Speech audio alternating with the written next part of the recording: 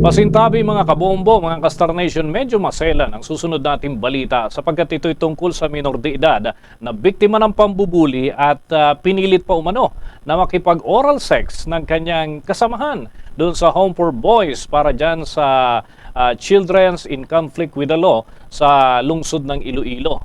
Alamin natin ang mga update hinggil dyan. Balita mula sa Bombo Radio Iloilo.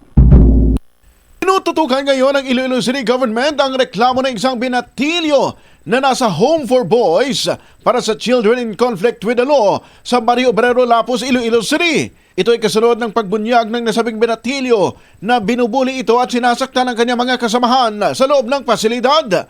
Base sa pahayag ng kanyang pamilya, pinapili umanong nasabing binatilyo kung magpapagulpi ito o makikipag-oral sex at mas pinili nito na gulpihin siya kung kaya't nagdamo ito ng mga sugat at mga pasa sa katawan na resulta ng pagpaso sa kanya ng sigarilyo at pagsaksak sa kanya gamit ang ballpen. Napag-alaman na may 21 mga menor de edad o children in conflict with the law sa nasabing pasilidad ng city government.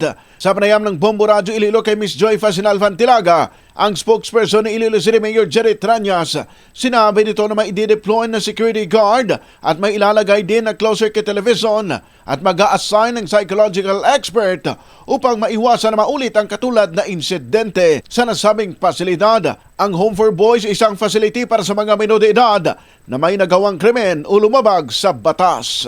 Ang na-receive natin ang information, immediately nag-coordinate kita sa head ang nag-manage. So, gin-confirm incident, first incident, September 26. Currently, may 21 CICL or mga children in conflict with the law.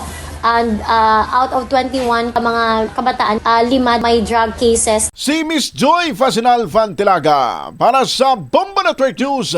Ito si Bombo Ayan Gahete para sa number 1 and most trusted radio network in the country, Bombo Radio Philippines. Basta Radio Bombo!